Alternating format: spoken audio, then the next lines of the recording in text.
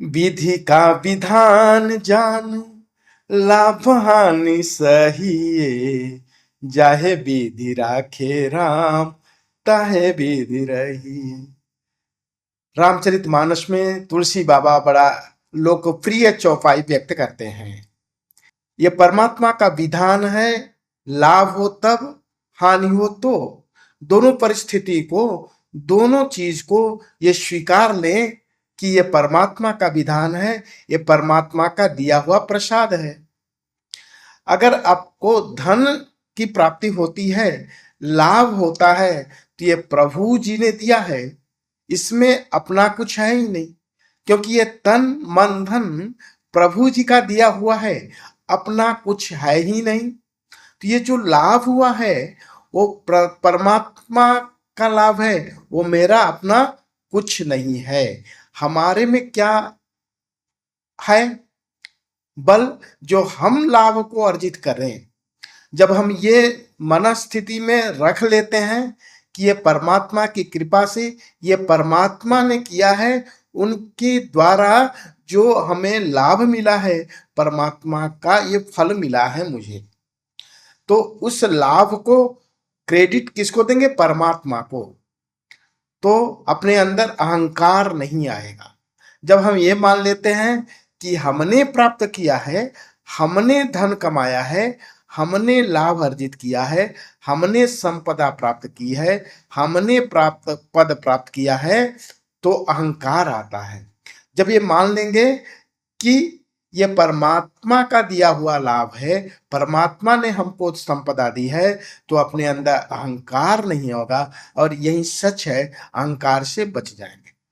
जैसे कोई फैक्ट्री होती है, वो फैक्ट्री में कोई इम्प्लाई काम करता है, तो लाभ मान लीजिए 50 करोड़ का उस फैक्ट्री को हुआ, तो वो लाभ फैक्ट्री का हुआ, इम्प्लाइज का उससे कोई लेना देना नहीं है। लाभ फैक्ट्री मालिक का हुआ। ये कर्मचारी जानता है कि ये लाभ मेरा नहीं है, ये फैक्ट्री मालिक का हुआ। ऐसे इस ब्रह्मांड का मालिक कौन है? परमात्मा। ये लाभ परमात्मा का है, परमात्मा का ये लाभ है, मेरा लाभ नहीं है।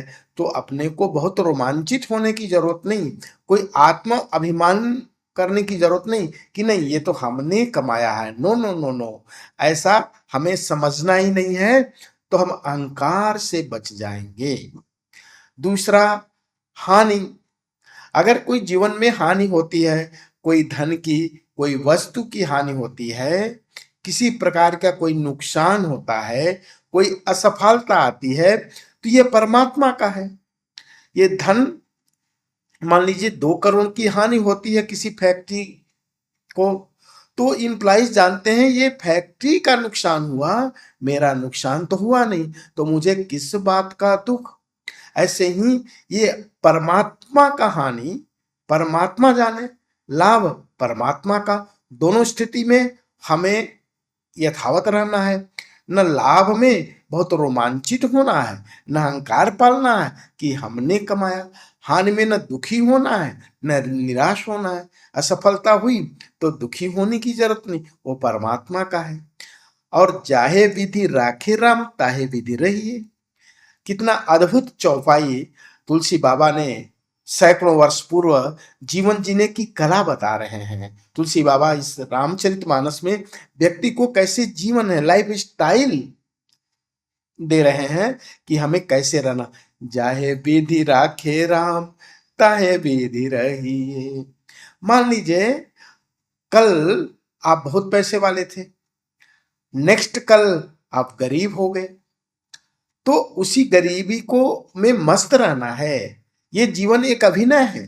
कल बहुत पैसे वाले का, राजा का अभिनय मिला था, अमीर का अभिनय मिला था, अमीर का अभिनय किया आपने।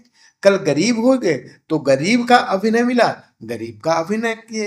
वास्तव में ये जीवन वास्तविक है ही नहीं, सब अभिनय करने हम लोग आए हैं। तो अभिनय में कोई दुख होता ही नहीं। मान लीजिए कोई पिक्चर में आज राजा बना और राजा का रोल कर रहा है, उस अभिनय करने वाले को पता है कि हम अभिनय कर रहे हैं, रियल में राजा नहीं है। कल वो भिखारी का रोल मिला, तो जानता है भिखारी कि हम अभिनय कर रहे हैं, दुख होने की जरूरत नहीं, हमें तनाव में रहने की जरूरत नहीं है। ऐसे ही ये जीवन अभिनय है, जैसे प्रभु रखें वैसे ही रहना है। कहीं सम्मान मिल जाए, कहीं अपमान मिल जाए। वास्तव में सम्मान अपमान एक मनस्थिति है, कोई बाह्य पदार्थ इससे कोई मतलब नहीं। ये मनस्थिति का नाम सम्मान और अपमान है। तो अपमान हो जाए या सम्मान हो, जिस स्थिति में परमात्मा रख रहे हैं उसी स्थिति में रखना। अगर इस चौपाई को हम धीरे धीरे जीवन में धारण करते जाएं, जीवन में जीते जाएं, तो आनंद से, खुशहाली से, परमानंद से भर जाएंगे, अहंकार से मुक्त हो जाएंगे। तो आए इस तुलसी बाबा की चौपाई को एक बार हम सभी लोग मिलके गुनगुनाते हैं। विधि का विधान जान लाभान सहिए, जाहे विधि राखे राम ताहे विधि रहिए।